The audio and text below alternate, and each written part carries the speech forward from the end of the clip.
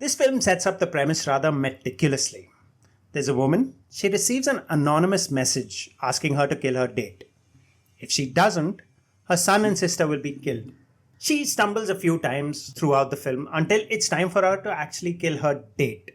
And there's a lot of work the blackmailers have put into this whole thing. They've set up cameras everywhere. One of them arrives at her house when she's out and hides, waiting to kill her son and her sister.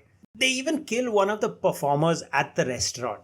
Clearly, they're not beyond killing people. My question then is, why didn't they just confront our man, the one with the camera, and shoot him?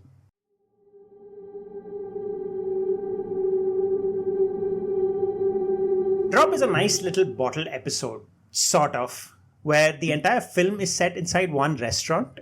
There are some scenes in the woman's house and her past, but almost entirely the story is set inside this restaurant. And I like bottle episodes. Bottle episodes put the onus of making the story interesting solely on the story itself. It doesn't depend on the actors. It doesn't necessarily depend on the visual spectacle. It doesn't depend on anything except the story. So I like bottle episodes. And Drop does not disappoint. There are some major holes in the story, like the one I talked about at the beginning. But by the time I actually noticed this plot hole and any other plot hole really, I was already loving this film. So I didn't really care. Drop is also not really a horror film. It's a thriller. This film has no literal monsters, just figurative ones. I wasn't afraid while I was watching the film, but I was tense and I was at the edge of my seat. I was genuinely concerned for the lead and the man she was with. Which leads me to the bad guy.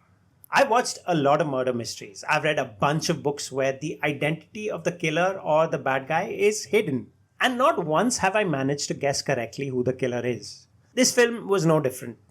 I suck at finding out the bad guy and I would make a shit detective. So I did not guess the older gentleman, the man who was ditched by his date, was the man behind it all. I don't know if that's the film's strength, keeping the mastermind hidden, or if it's bad writing and people guessed long before it was revealed to us in the film. But I was too much of an idiot to guess. Either way, I genuinely did not care. It did worry me though, that not enough time was spent with each of the suspects, not enough suspicion was thrown on any of the players in the room to make it look like any of them could have been the bad guy. The film didn't feel very much like a mystery. It felt like a thriller. Don't get me wrong, I still liked the film, but it would have probably made a much bigger impact on me had they woven a little thicker lie around the people in the room. The film is written by Gillian Jacobs. For a minute there, I thought Gillian Jacobs from Community was the writer, and I got really excited. But it turns out this was a completely different Gillian Jacobs, and now I'm back to not paying attention to the writers because obviously writers aren't that important.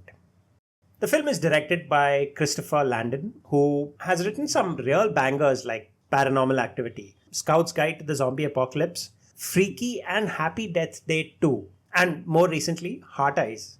He's also directed some of these films, but he's written all of them, and those are pretty impressive credits there.